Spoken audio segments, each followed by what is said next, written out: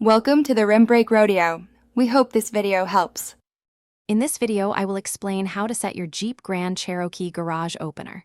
First, find the 3 home link buttons, usually on your overhead console. Next, make sure your garage door opener remote has good batteries. This is crucial for a smooth setup.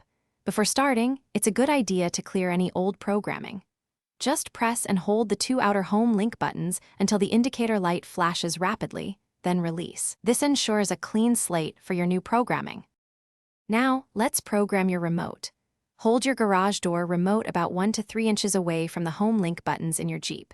Choose one of the 3 home link buttons you want to program. Simultaneously press and hold both your chosen home link button and the button on your garage door remote.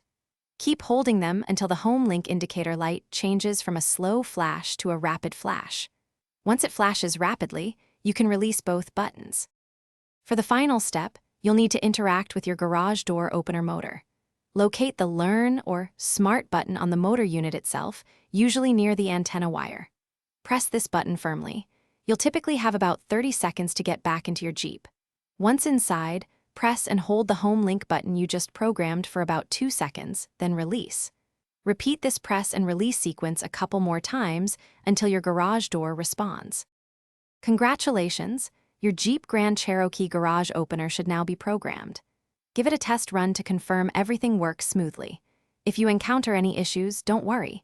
You can always refer to your Jeep's owner's manual or your garage door opener's specific instructions for more detailed troubleshooting.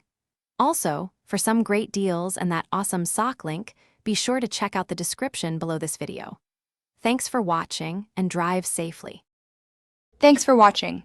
Consider subscribing if we helped you.